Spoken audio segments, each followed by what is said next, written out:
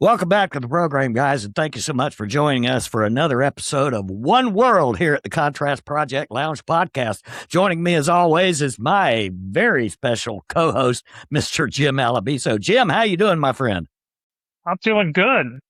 I feel really great because I'm on camera, and it's not a fly camera.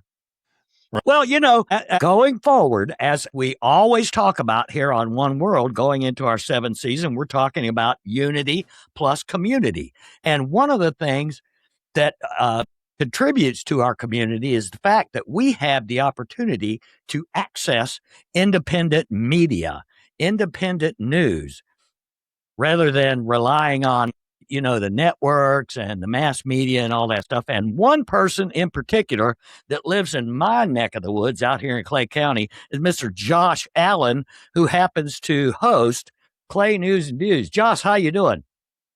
Good, man. Tracy, Jim, appreciate you having me on. And, like I told you before we started, I'll talk your ear off about anything Clay County. So I'm happy to be here. Well, Jim's been out here to my place, and he knows very well that I live out in the middle of nowhere. And that's not necessarily true. When I talk about being out in the middle of nowhere in Clay County, that's not necessarily the whole of Clay County.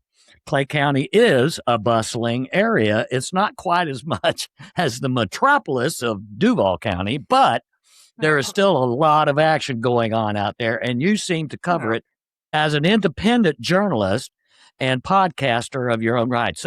Talk to us a little bit about Clay County News and Views.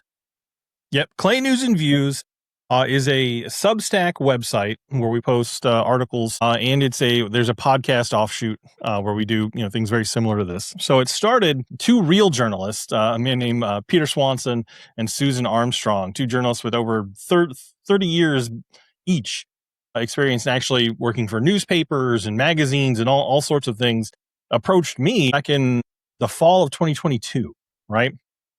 What we have in Clay County is essentially what's called a news desert. We have large news organizations in Duval County, News4Jax, First Coast News, all the ones people have heard of. But in Clay County, we don't have any independent news sources. We have two mom and pop shops. One of them is a place called Neighbor to Neighbor, and God love them.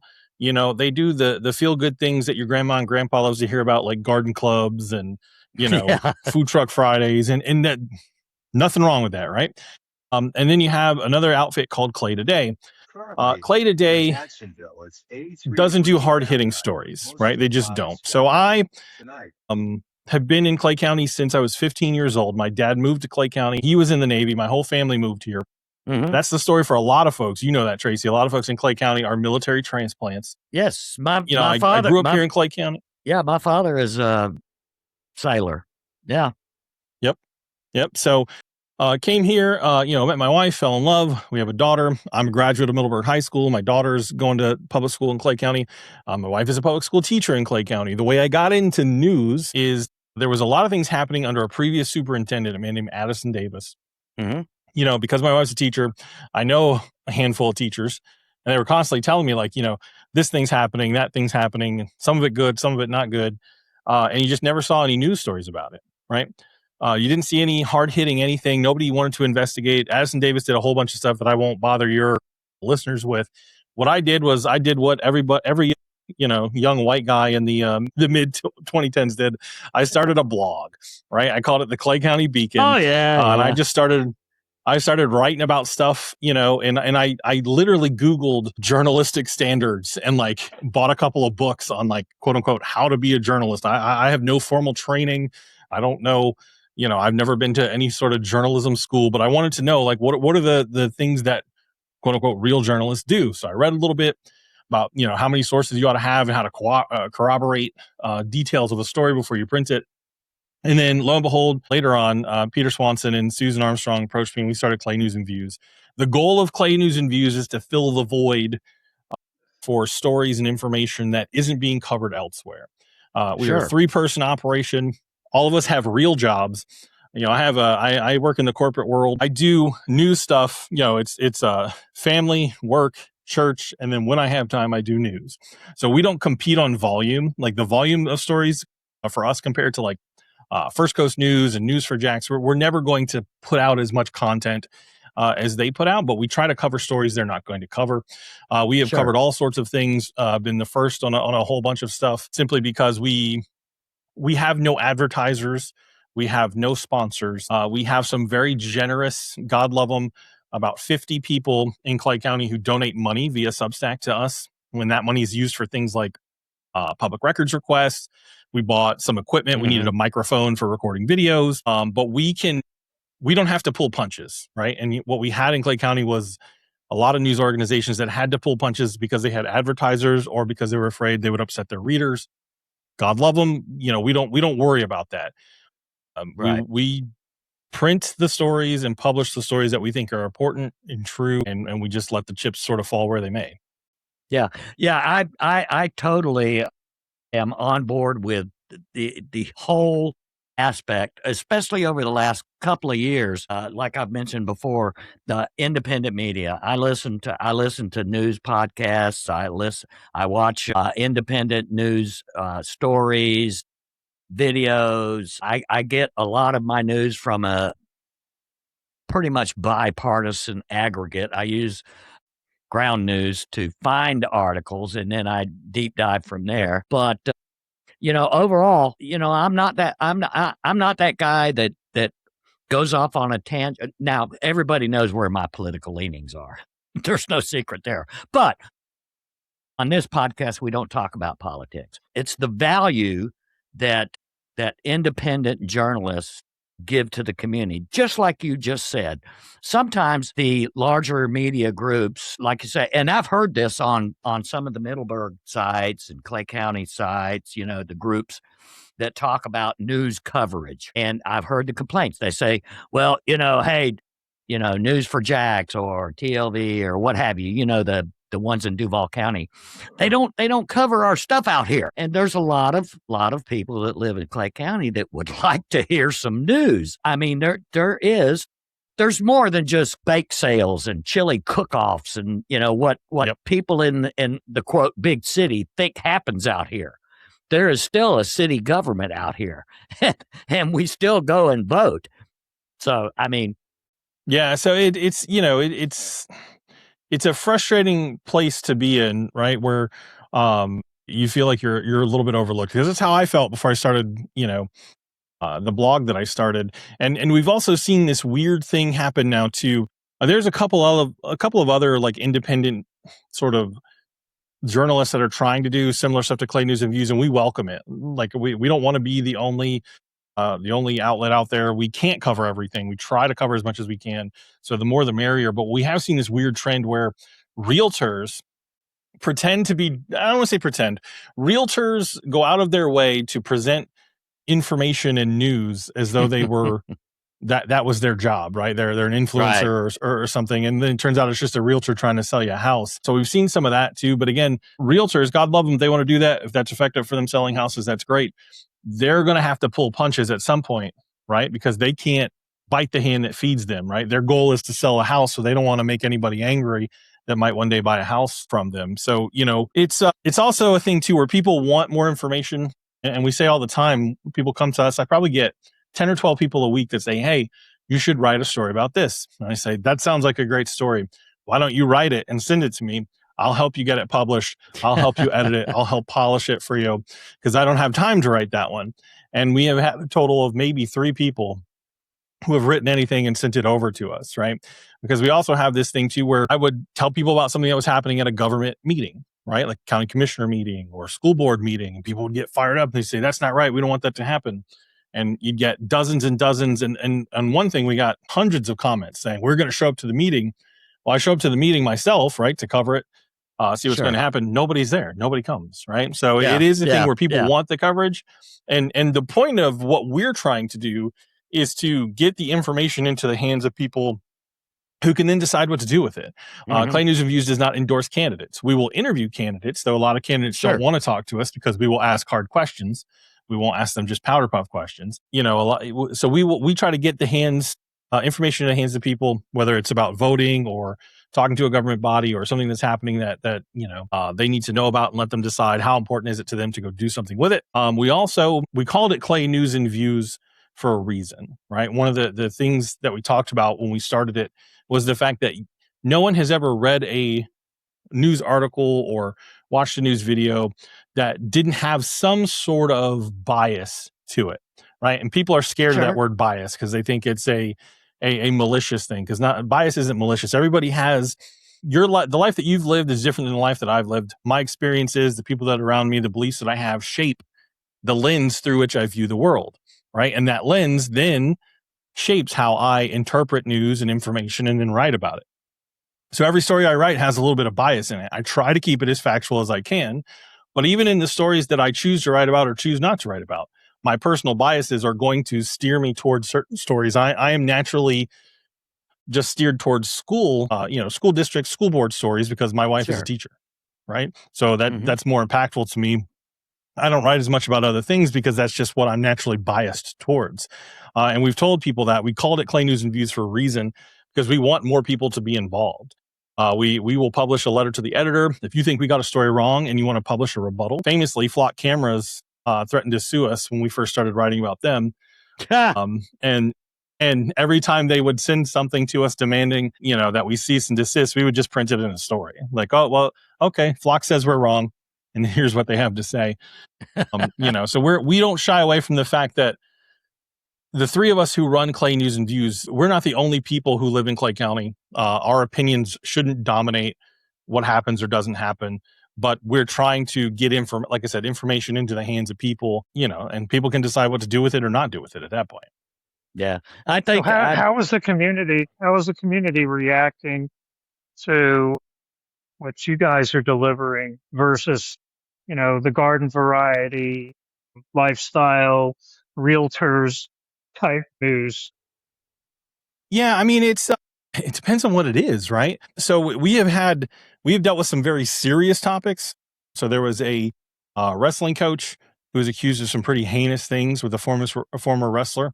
That was a story that grew legs because there was a lot of people that came out and said, "Oh yeah, I knew that guy was weird," and whatever. When it involves things that are detrimental to children, we tend to get a lot of a lot of attention on it. The best way I can describe it, the politicians in Clay County and the people behind the scenes who like to control who gets elected to office cannot stand Clay News and Views, right? And some of their people, just the general folks who are supporters of them cannot stand Clay News and Views, but the majority of people who read Clay News and Views appreciate it on some level, right? And we have 2,000 subscribers on the Substack. We have 3,000 on Facebook, but that doesn't tell the whole tale, because in 2025, I think it was like 1.5 million views across all of our social media platforms and all the content that we put out, right? So if you just look at it from a standpoint, obviously not everybody who's in Clay County is going to read it, or not everybody who reads it is in Clay County. But if you just think about it, there's about 250,000 people in Clay County. That means everybody read 5 or 6 different articles, that we wrote, or videos that we produced on Facebook or whatever the case may be. 5 or 6 different pieces of our content got before people who live here in the county, if you just sort of cut it by the number of people that live here. I think in general, the way that I describe it, forgive me, police officers, if you hear this is not an admonishment of police, but there's a phrase that I heard someone say once that says, everyone loves the police until they shoot your dog, right? And that's how it is with news. Everybody loves Clay News and Views until we shoot their dog, either their favorite politician, or we, post an article or a piece of content that's critical of something that they think is great. Everybody loves us up until that point. Case in point, our sheriff loved Clay News and Views until we started publishing things about flock cameras and how they went up in secret here in Clay County. And now, she says that we are, a direct quote from her is, Clay News and Views are people that she, quote unquote, will not deal with. And I sort of wear that as a badge of honor. And I go around sarcastically telling people that Clay News and Views is Sheriff Cook's favorite podcast and news website. I actually had Michelle Cook on my podcast the very first season 7 years ago. Yeah, when she first ran, she did an interview with my Clay County Beacon podcast. Yeah. So and listen, she's got to do what she's got to do. There's no, I have no personal grudge against Sheriff Cook. No. But it's just the politicians don't like it because we press into issues. We're the only publication that has reported on the fact that all of the governmental entities, their budgets have tripled over the last 10 to 12 years. Yeah. Right. And they don't like you publishing that fact. They don't like you reminding people that people's property taxes have tripled in the county over the last 10 to 12 years. So we talk about things that make politicians angry. You know, some of them are big boys and big girls, and they can handle the criticism, and they'll have conversations with us, like our supervisor of elections. He's a good dude. He's never shied away from a conversation or a question from us. Others who I won't name, but they know who Not they so are. much. You know, they when they see us coming, they literally, I had one lady run the other way, and she literally ran out of the room to like the behind the scenes, like chamber room of the meeting, so that she didn't have to talk to me. So I just, that's how it goes. Yeah, I don't know if that answers your question. I guess I don't know how people perceive it other than they keep reading and watching. So I assume, that's good. It's become, it really has. It's become the babies are barking. It's become one of those things. It really has, to people who, I'm a news junkie, and I'm assuming you are too, but there are a lot of people out there who are very interested in not only current events, but politics, the government, world affairs, whatever it may be.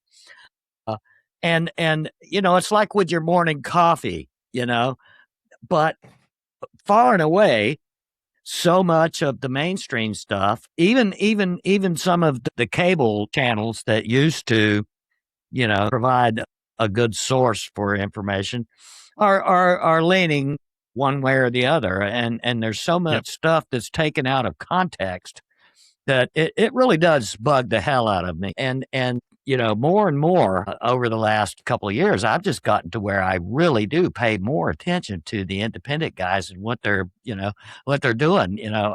Who's reporting on what? The Bulwark, Midas Touch, any number of other ones. I mean, they're constantly pumping out the news.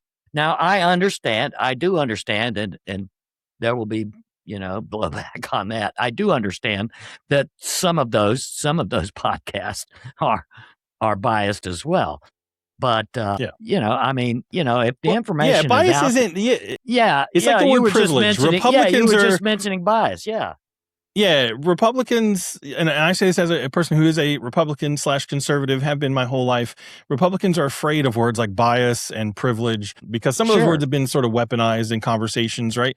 But like I am a very privileged guy in the sense that like I am very fortunate in certain ways, right? Like I had two parents who loved me my whole life, right? And like I grew up in a very happy home. We weren't rich, but we were happy. I'm also very fortunate, that I didn't have any trouble in school. Some kids struggle to learn and to get things done. My wife, she was someone who struggled and had to work extra hard to learn the things she needed to learn when she was in school, where me, I just pick up on stuff easily. I am biased from the perspective that I'm also a Christian, right? Like we attend a church here, a Baptist church. So the lens through which I view the world is different than someone who is an atheist, right? And doesn't believe in God. And we do have, I'm a Baptist. Susan Clark Armstrong is a Catholic, and then Pete is just a non-believer, right? So we have a plethora of sort of viewpoints at Clay News and Views on that sort of thing too, right? So, but Pete views certain stories very differently than I view the stories, and same with Susan, and there have been times where the three of us have collaborated on a story to sort of give our perspective on the same topic. And I think it's good and healthy to just sort of acknowledge that. There are certain stories that I have given to Peter or Susan because I knew it was a blind spot for me, where I was either too emotionally biased or I was too close to the situation to be fair. Right. And the same has gone for them. There's been some that they've given to me where it's a thing that I care less about, so I can sort of be more able to call balls and strikes in an article than they would have been. I think you have to talk about and acknowledge those things. And when you do that, you actually get, I think it's just a more honest way of dealing with people and telling them what you're writing about and why you're writing about it.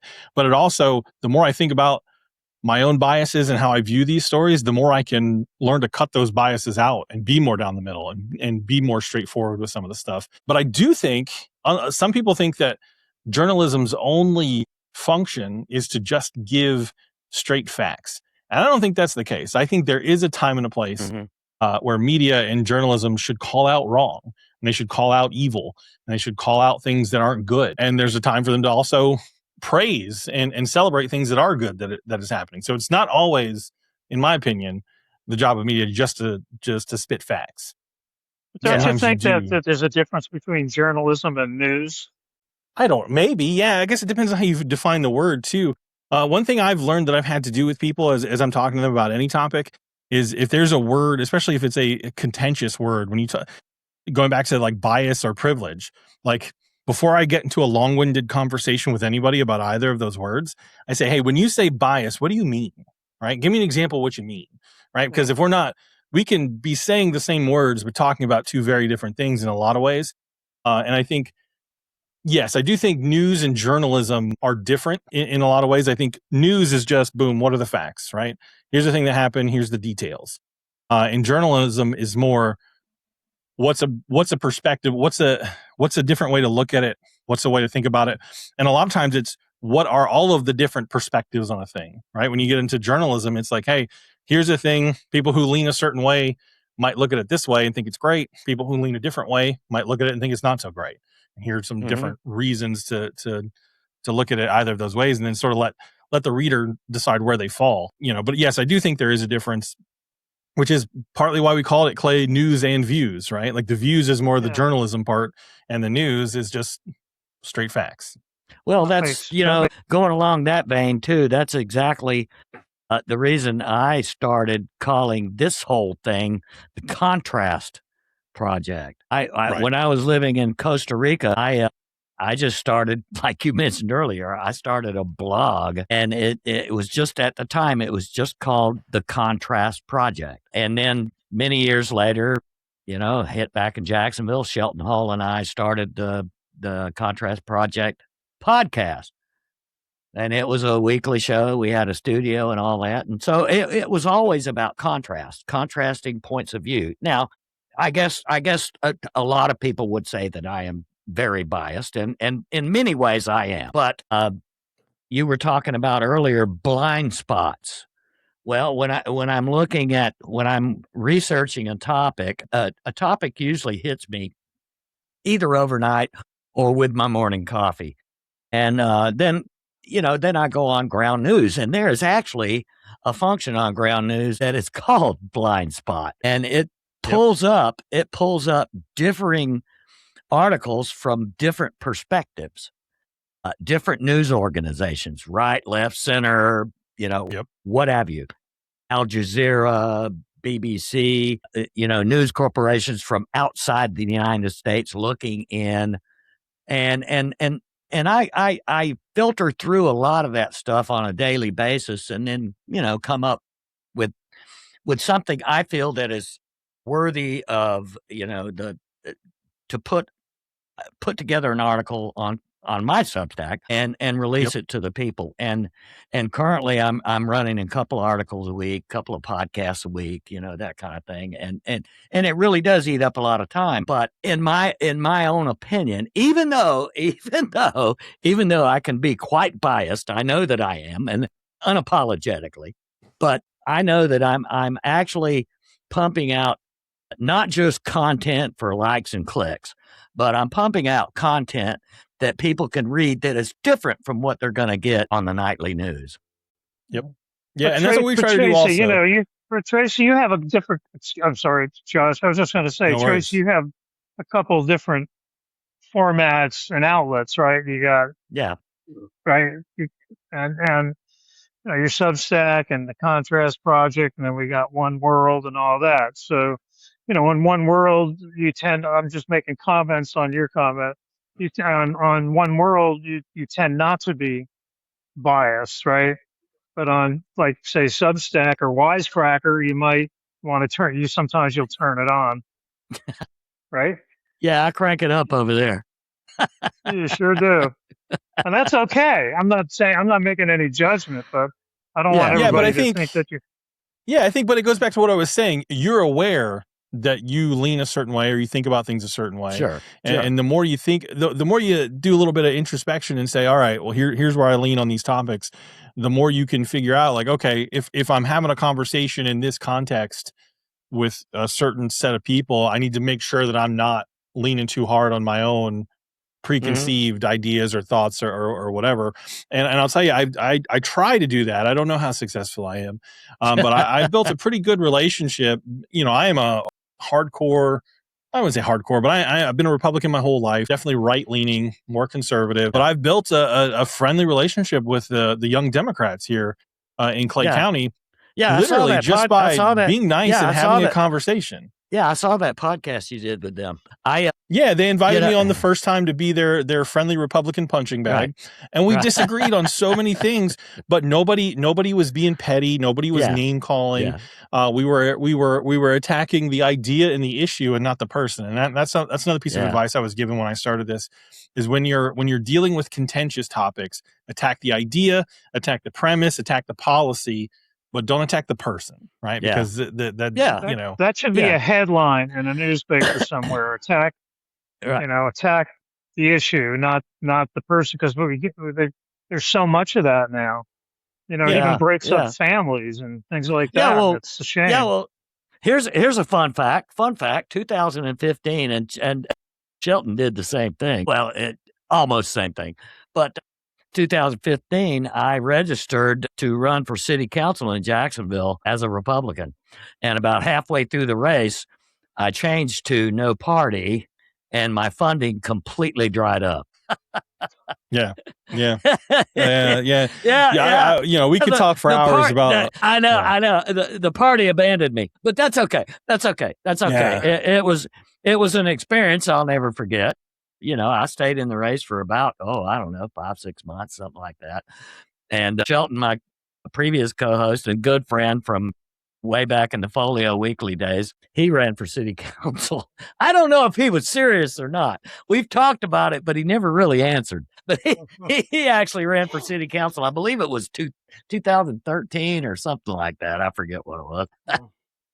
Yeah, politics is a dirty game, man. I get the occasional person telling me, "Oh, Josh, you should run for office," and I tell them the same. I tell people the same thing every time, that I'm thoroughly unelectable, and they'll say, "Oh, well, what do you mean? You could, if so and so could win, you could win." And I say, the problem that I have is that I have opinions, and I will express them, and I will defend them, right? And to get money and funding, you have to be lukewarm, milquetoast, middle of the road, never take a definitive position on anything. That's true. Because as it's just one of those wild things. And honestly, I had contemplated running for office at one point, and I still every once in a while think about it. But I think that through Clay News and Views, I think I can actually do more as far as getting information to people, right? One person as a politician on a board or a city council or county commission, whatever, you're not really going to fight. You can't fight the swamp. The swamp always wins. And we do have a little swamp here in Clay County, unfortunately. So my goal and my hope for Clay News and Views is that one day we will have so many contributors and so many writers and so many different people reporting on the news and talking about the topics and having conversations that I can just step away from it and I don't have to do it anymore. And I don't know if that's a pipe dream, because we started with 3 of us. At one point we had 4 of us, and then that person didn't want to do it anymore. The hardest part of doing any of this stuff is just being consistent and finding people that can dedicate a little bit of time to it. We don't even get to a point where we're pushing out 1 story a day. If I could get 4 other people to write 1 thing a week, we could put a new story on the Substack or a new, episode of the podcast every day of the week. We haven't even achieved that volume, and it's still an admirable goal, though. I mean, just create a sustainable, journalism organization that can function without you. Because if you don't, I mean, I did that with some work I did in the St. Johns River, and it took 10 years, 12 years to become a sustainable movement. And it just takes a lot of time. But if you want to step away from it and see it continue, and the good that you do continue on without you, so you can spend time with your family or whatever, you want to do, that's, it makes a lot of sense. Yeah. And again, I never operate under the assumption that I'm always right or that my view is the best view, right? The thing that I hate most about politicians in general, and a good chunk of the ones in Clay County are this way, is they always believe that they're the smartest voice or the smartest person on any given topic. And what I want is people who understand that the old adage, you may be the smartest person in the room, but you're never smarter than the room, right? The combined knowledge of I the like people that. around you is always going to achieve more than just you can achieve. And that's what I want. I want people working together for the common good.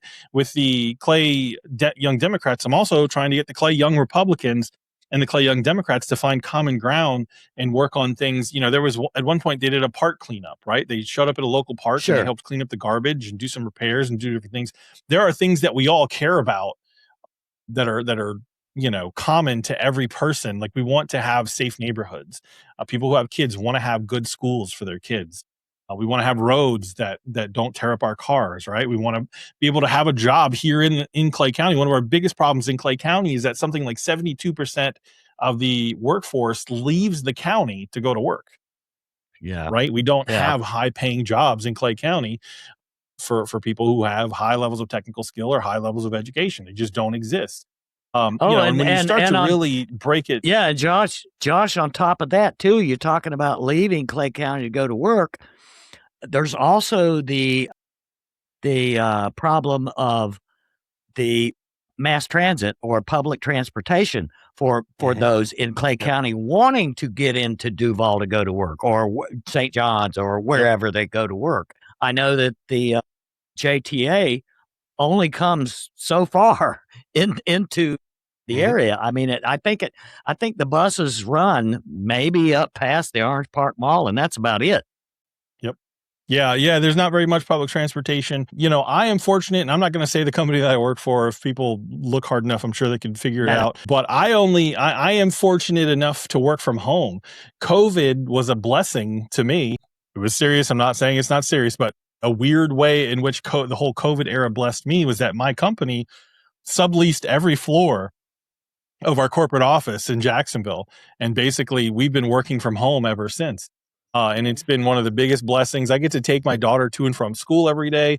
I spend more time with her than I would ever get to spend. She's going into 6th grade this year. Mm-hmm. So I'm fortunate in the fact that I have a good paying job that's not in Clay County, but I don't have to leave the county. So, I'm in this weird, wacky sort of fortunate situation, and we also have politicians here that are out of touch, right? We have a former guy who was on the board of county commissioners. At one point, housing prices, like everywhere, were out of control. And people who had, sort of minimum wage or a little bit higher than minimum wage jobs, were working people, I guess is the term that you might hear some people say, were having a hard time finding a place to live, right? Because rent was going up in apartments, houses were getting more expensive to purchase, and people came to a county commissioner meeting and they talked about the fact that things were too expensive. And we had a sitting county commission member said, well, the sort of people we want to have in Clay County can afford to live here. Right. And that's sort of this behind the scenes attitude that he sort of let the mask slip a little bit. I know, right? Right.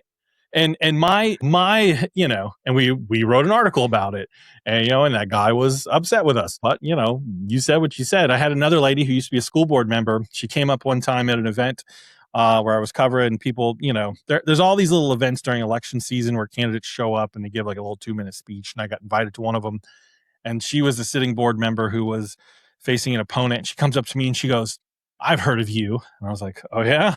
And she goes, "You write all sorts of nasty things about me." And I said, "Well, I just print what you say. Like I if it's stop saying dumb things, and that's sort of the stuff that's the stuff that I think that we can record, those stories are valuable. We can record things, and then there's this thing called a transcript. Right. Right. Nobody shows up to a lot of the government meetings, A, because they're busy. People have things to do. And B, because like the Board of County Commissioners meeting, sometimes they start at 4:00. Like people are working at 4:00. Like people aren't going to take time off work to come complain to the government about that's things. The reason why it's at 4:00. Correct. I used to go to a lot of council meetings, and sometimes it was hard, for me, unless I snuck off if I was working from home. Yeah, even you were talking about housing a second ago, and I just wanted to ask you, it kind of made me think about, we also have, county policies, city policies. We also have federal policies, but the federal policies affect us locally, like housing and interest rates and gas prices and stuff.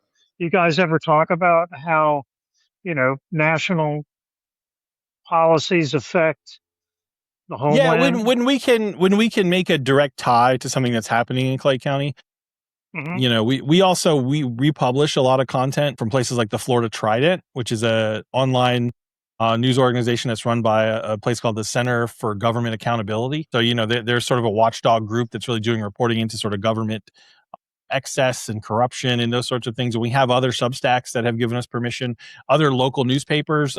There's one in St. Augustine / St. Johns County now. There's one in Duval County. And they're completely free and independent news sources like we are.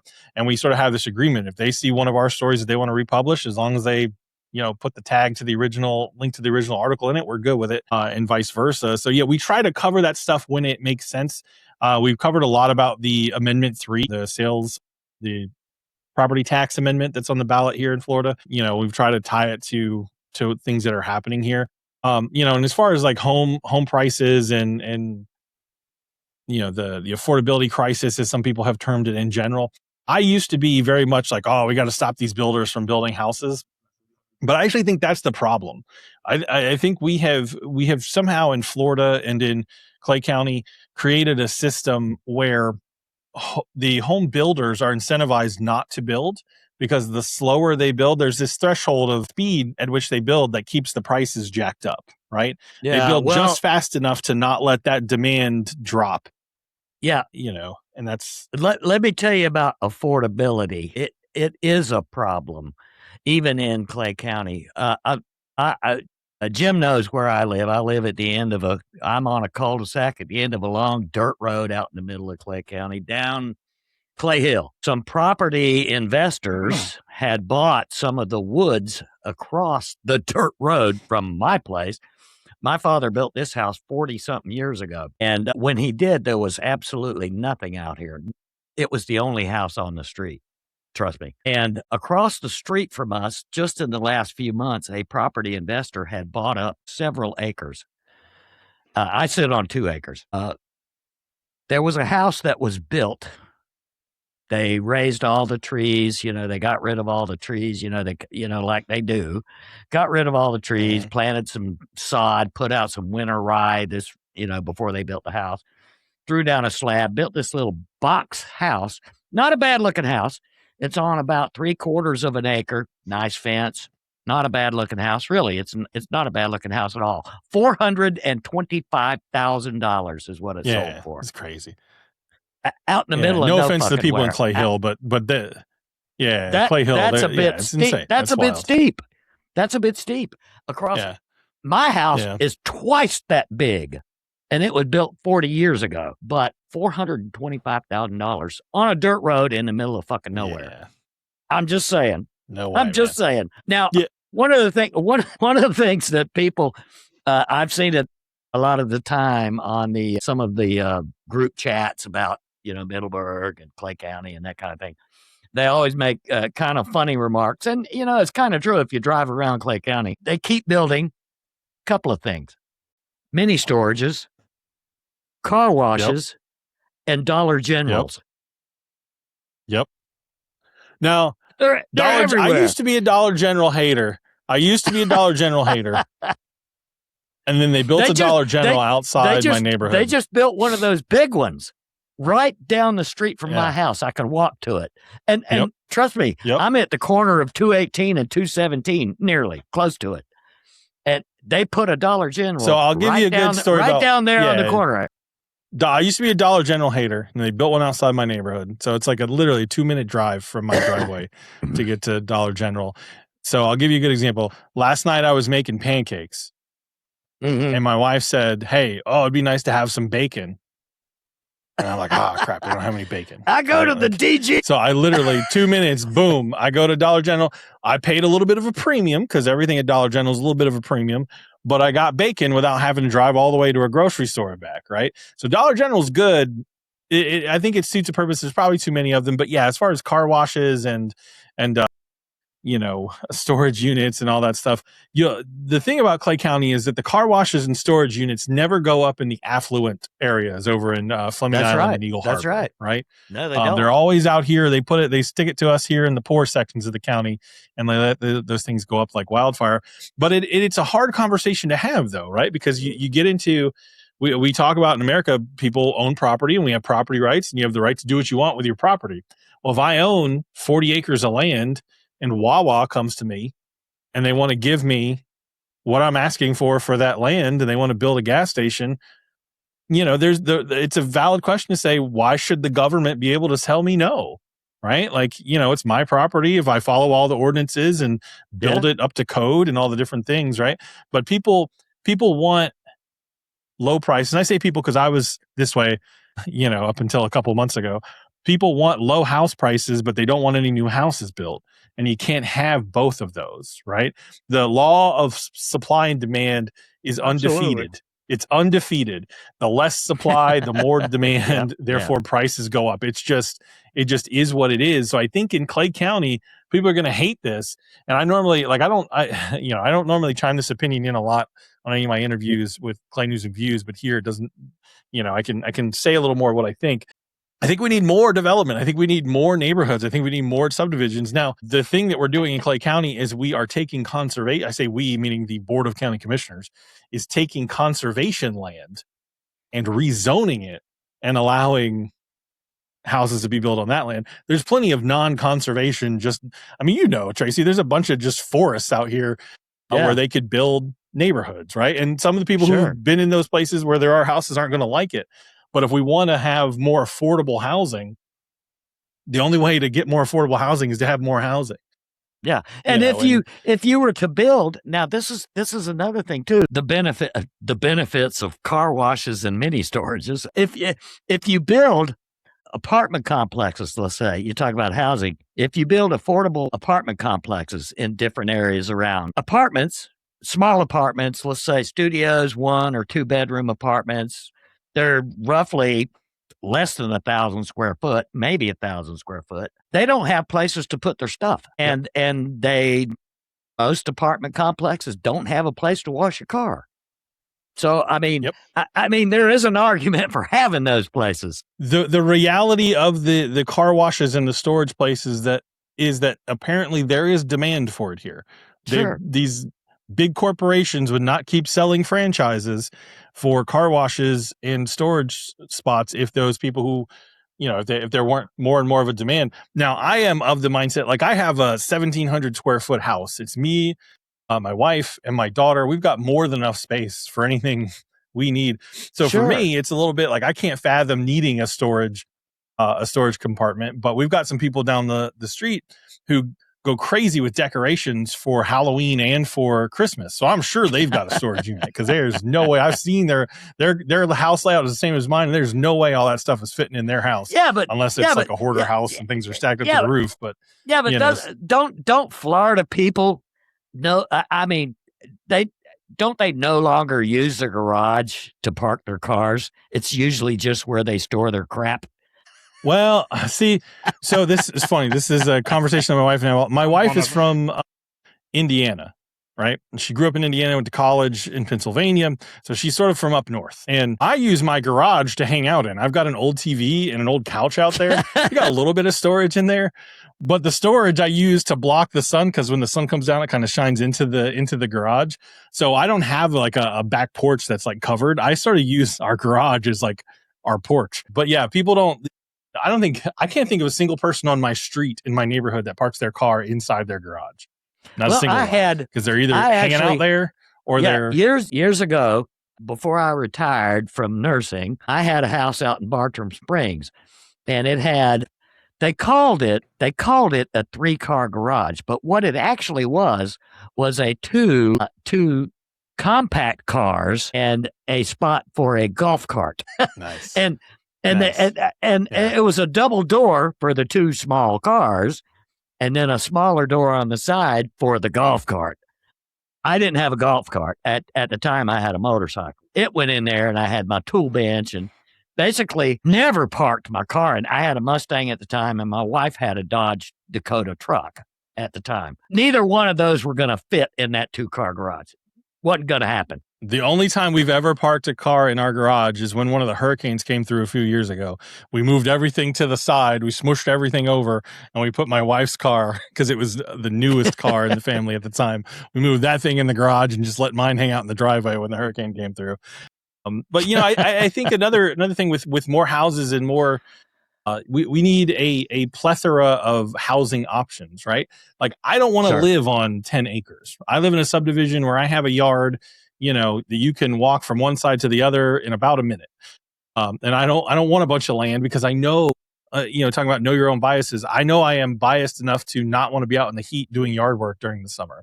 My philosophy on my yard is that you should not notice it, right? If you drive past my house and you say, oh my goodness, Josh's yard looks amazing, I'm outside too much in the yard. I could be outside doing other things like at a park or doing something fun, right? If you drive by my house and you say, oh my God, what happened? Did he die? Then I need to step it up and do a little extra yard work. It should just be vanilla and you don't notice it. So, but we need spaces for people like you, Tracy, who want to live out and have more property. There are some people who don't want to own a home. They want to live in an apartment and not have to deal with the maintenance costs, right? We need to have apartments for those people, and we need to have apartments for poor people. We do. Everybody has this not in my backyard mentality when it comes to low income housing. And you need it because not everybody is blessed and fortunate to have a high paying job. They just aren't. And you got to have some place for those people to live. Yeah, my property requires a chainsaw and a tractor on a daily basis almost. So, I mean, hey, this was a great, Josh, this was a great conversation. Jim, thank you for staying up late with us. I don't know if you know this, Josh, but sure. Our co-host here, Jim, is a thalassophile. The man likes to swim in the ocean, and he has a swim plan for tomorrow morning. Oh, geez. Okay. Yeah.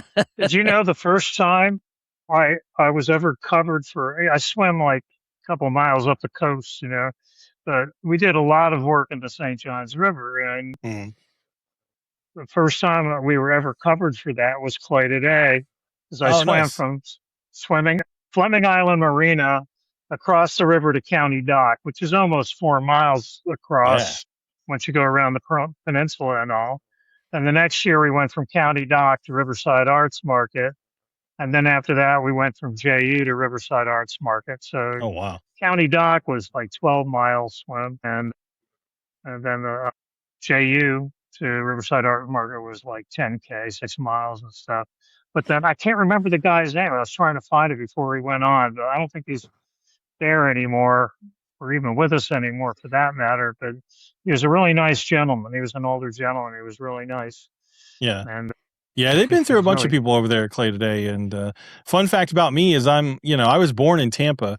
My parents are from Florida. I'm a native Floridian. And this is embarrassing. Jim probably going to make fun of me. I don't know how to swim. I can't swim. If you dumped me off a boat, I would die. So when I always hear about people, people being able to swim for miles, and I'm like, you have listen, to dude, I'm fat. I can float. Well, at least you can. I can float, man. That's a big deal with some of us. If you live in Florida, you're surrounded by water. By God, you need to teach your kids how to swim.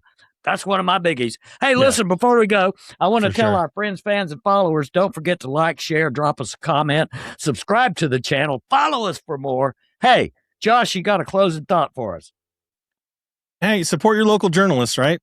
Get out there and get involved. Don't sit on the sidelines. We need more people doing more stuff. So that's what I'll leave you with. Absolutely. Thanks Jim, for joining us, Josh. This was great. Thank you so much. It was a great conversation. And everybody else, we'll see you next time. Peace. Appreciate you, fellas. All right.